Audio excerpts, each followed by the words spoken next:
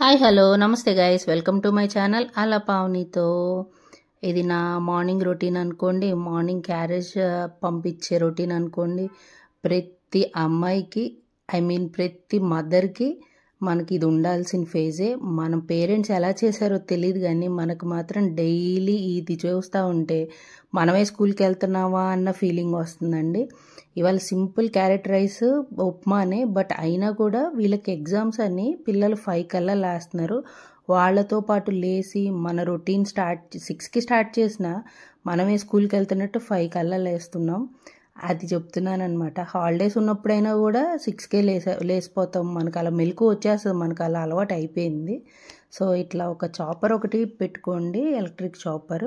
మనకి కొంచెం easy access ఉంటుంది. Onion, tomato and carrot, cabbage and కొన్ని చోటలకి క్యాప్సికమ్ కూడా దీనిలో చక్కగా కట్ చేయొచ్చండి. కర్రీకి కాదు కానీ దేనిలోకైనా మనం గ్రేవీలో లాగా చేయాలి క్యాప్సికమ్ అనుకుంటే క్యాప్సికమ్ కూడా పనికి వస్తుంది. డ్రై ఫ్రూట్స్ చాప్ చేయొచ్చు. ఇది ఉంటే మనకి కొంచెం ఫాస్ట్గా అయిపోతుందని నా ఫీలింగ్.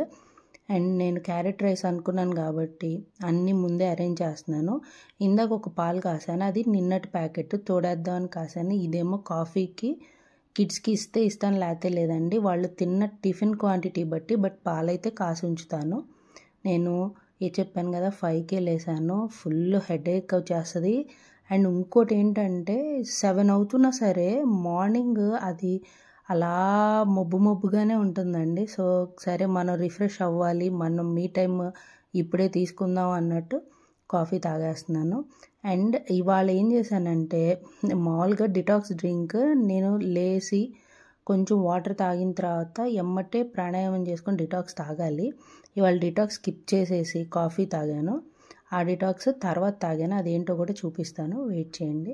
చూసారా 7 అయింది, అయినా కూడా ఇలా ఉంది మబ్బుగా. దట్స్ ఓకే అండి. సమ్మర్ కూడా వస్తుంది, భలే ఉంటుంది. సమ్మర్ అయితే ఫుల్ ఎంజాయ్ చేయొచ్చు. నాకైతే 5కే లేసి నేను చక్కగా యోగా ప్రాణాయామం చేసుకుంటాను. నాకు చాలా ఇష్టం సమ్మర్స్ వస్తే. స్వెట్టి కొంచెం చిరాకే కానీ మనకి కొంచెం హెల్త్ కూడా పద్దాకి జలుబు ఉండదు, ఏయో తాగాల్సిన అవసరం ఉండదు. నాకు ఎందుకో సమ్మర్ భలే నచ్చుతుంది. కానీ విజయవాడ క్లైమేట్ మాత్రం మామూలుగా ఉండదులేండి, కానీ సమ్మర్ బాగుంటుంది. ఇది వచ్చేసి రైస్ అని చెప్పాను కదా, ఈ రైస్ చాలాసార్లు బ్లాగ్స్లో పెట్టాను, అందుకని నేను క్విక్గా చూపించేస్తున్నాను. ఇక్కడ ఏంటంటే క్యారెట్ని వేపేయద్దండి, జస్ట్ ఒక 3 మినిట్స్ అలా వేపి ఆ పచ్చివాసన పోయిన తర్వాత అన్ని స్పైసెస్ వేసేసి తిప్పేయటమేనండి. లాస్ట్ కొద్ది కొరియాండర్ వేసుకొని చేసుకోవడమే. నాకు ఇక్కడ ఏమైందంటే ఆ రైస్ నేను ఎప్పుడు దావత్ అవి తెప్పిస్తాను, బై మిస్టేక్ డీమార్ట్లో మా హస్బెండ్ని తెమ్మంటే డీమార్ట్లో ఏం బ్రాండ్ తెచ్చారో నాకు తెలియదు, లూజ్ తెచ్చారు. ఎంత తక్కువ వేసి వండినా సరే బాస్మతి రైస్ మాత్రం ముద్దగానే వస్తుంది. అదొక ప్రాబ్లం అయిపోయింది. సో ఇవాళ ఉప్మా చేస్తున్నాను. నేను ఇలా కిచెన్లో ఇలా లెఫ్ట్ సైడ్ ఒక చిన్న స్టాండ్ అరేంజ్ చేసుకున్నాను అనమాట. ఈ చాపర్ ఇవన్నీ మార్నింగ్ ఒక్క ట్రిప్ కడిగేసి అక్కడ పెట్టేస్తే మనకి భలే హెల్ప్ఫుల్గా ఉంటాయండి. అవన్నీ మళ్ళీ మేడ్ వచ్చేదాకా ఉంచి, చాపర్స్ అవి మేడ్కి వేస్తే వాళ్ళు పాడు చేస్తారు, పీసెస్ రుద్దేసి మనకు మళ్ళీ అవసరం అవుతుంది. వాళ్ళు వచ్చేదాకా అలా వెయిట్ చేయటం ఎందుకని చెప్పి నేను ఒక చిన్న స్టాండ్ ఇలా అరేంజ్ చేసుకున్నాను. అలా చూసారా చక్కగా కడిగి పెట్టేస్తే అవే ఉంటాయి. ఈ ఉప్మా అయ్యే లోపల అవి ఏముందండి, జస్ట్ కొద్దిగా సోప్ వాటర్ వేసి తొలిపేస్తే అయిపోతుంది. నేను బ్యాటర్స్ 1 వీక్ మొత్తం బ్యాటర్స్ వేయనండి. వీళ్ళు పద్దాక ఇడ్లీ దోశనా అనకుండా ఉంటారని చెప్పి అంటారు కూడా, ఇడ్లీ దోశ అంటారని. అప్పుడప్పుడు 1 వీక్ మొత్తం బ్యాటర్ వేయకుండా ఏం చేస్తానంటే చక్కగా ఉప్మా, ఇలా పూహా ఉప్మా, లేకపోతే ఈ బొంబాయి రవ్వ, లేకపోతే గోధుమ రవ్వ ఉప్మా, లేకపోతే పూరి చేయాలంటే నైట్ 6 o'clockకే కర్రీ వండేస్తాను. అదే డిన్నర్లోకి తినేసి ఆ కర్రీ మార్నింగ్ కూడా తింటారనమాట. సో ఇవాళది ఇక్కడ విషయం ఏంటంటే ఇది బొంబాయి రవ్వ ఉప్మా చాలా బాగా వస్తుందండి. ట్రై ప్లేలో వండితే. నాన్ స్టిక్ బాగా వాడేదాన్ని, ఇంచుమించు 1 year నుంచి నాన్ స్టిక్ స్కిప్ చేసేస్తున్నాం. మొన్నటిదాకా రైసెస్ కోసం కూడా నాన్ స్టిక్కే యూజ్ చేశాను. రీసెంట్గా ఏంటంటే కొంచెం ఐరన్వి తెప్పించాను, అవే యూజ్ చేస్తున్నాను అనమాట. చాలా బాగా వస్తున్నాయి. దాని రివ్యూ కూడా పెడతానండి త్వరలో. ఇంకా ఈ ఉప్మా ఇలా పెట్టేసి, ఒకరికేమో పంచదార, ఒకరికేమో కారం ఇష్టము. ఈ కారం వచ్చేసి ఇంటి దగ్గర నుంచి వచ్చిందే. ఒకరికేమో ఒకరికేమో షుగర్ ఇష్టం అన్నాను కదండి. కానీ మార్నింగ్ ఇలా ఉప్మా తిన్నా కూడా బాగానే ఉంటుందండి. నాకు ఇష్టం. ఈ చల్లదనానికి వేడి వేడి ఉప్మా తింటే బాగుంటుంది. ఇంకా చక్కగా పలుచుకుంటే ఇంకా బాగుండేదేమో. బట్ దట్స్ ఓకే, బాగుందంట. లాస్ట్లో కొద్దిగా నిమ్మకాయ పిండుకుంటే ఆ టేస్టే వేరు. మనకి బయట దొరికేదానికన్నా నాకు ఎందుకో ఇంట్లో వండేదే చక్కగా ఉంటుంది. మనం చేత్తో వండుకుంటే ఆ నూనె కూడా మనం ఫ్రెష్గా తీసుకుంటాం కదా. సో క్యారెట్ రైస్ పెట్టేశాను కాబట్టి నెక్స్ట్ వచ్చేసి ఇలా మజ్జిగ కలుపుతానండి. ఇవి మిల్టన్ టంబ్లర్స్ అనమాట. చాలా బాగుంటాయి. అసలు మిల్టన్లో ఏదైనా బాగానే ఉంటుందండి. ఇవి అంత కాస్ట్ కూడా కాదు, బట్ బాగుంటాయి. నేను అదే చూపిస్తున్నాను అనమాట. ఇలా విస్కర్ ఉంటుంది కదా, ఆ విస్కర్తో ఇట్లా చేసి కొద్దిగా వాటర్ పోసేసి తిప్పేస్తే సరిపోతుంది. మా పిల్లలు సాల్ట్ కానీ పంచదార కానీ వేస్తే బాగోట్లేదంట. అందుకని ఇలా విడిగా ఒట్టిగా పెట్టేస్తే కొంచెం షేక్ చేసి తాగేస్తున్నారు అంతే. ఇంకా వాళ్ళకి అలా రెడీ చేసేటప్పుడు కంట్రీ డిలైటెడ్ బయట వదిలేసి వెళ్తాడు కదా, అవి వచ్చినాయి. ఇక్కడ ఏం జరిగిందంటే కొన్ని ఆర్డర్ పెట్టుకుంటే కొన్ని ఫ్రీ అని ప్రతిరోజు మనకి మెసేజ్ పెడతా ఉంటాడండి. కంట్రీ డిలైట్ యూస్ చేసే వాళ్ళకి తెలుస్తుంది. సో కొరియాండర్ ఫ్రీ అన్నాడని సరే టొమాటోస్ ఇప్పుడు చీప్గానే ఉన్నాయి కదా అండ్ నాకు లేవు ఇంట్లో అని తెప్పించాను. ఆ కొరియాండర్ క్వాలిటీ చూసారా.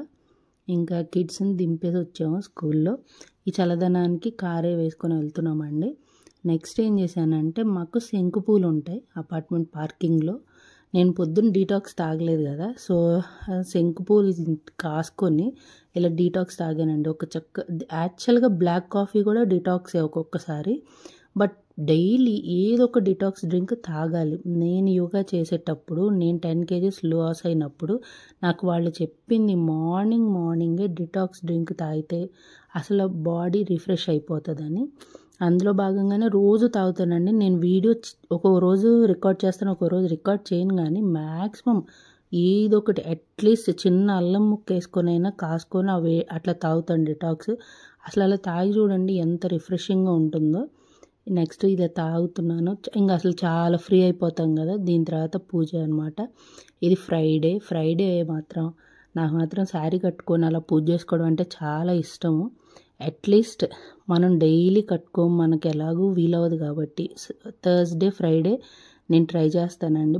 ఖాళీయే, ఇంకా వర్క్ లేదు, జస్ట్ రెడీ అయిపోయి చేసుకుందాం పూజ అంటే మాత్రం ఇలా చేస్తానన్నమాట. ఇది వచ్చేసి ఫ్రైడే కదా, చక్కగా చీర కట్టుకొని ఇట్లా చేసుకుంటున్నాను. ఇలా అరేంజ్ చేసుకున్నానండి పూజ మందిరం. మేము ఇల్లు మారాం కానీ ఆ దేవుడిది ఇట్లా ఆపోజిట్ సైడ్లో వచ్చిందండి. వెస్ట్ ఈస్ట్ కాకుండా డిఫరెంట్ సైడ్లో వచ్చింది.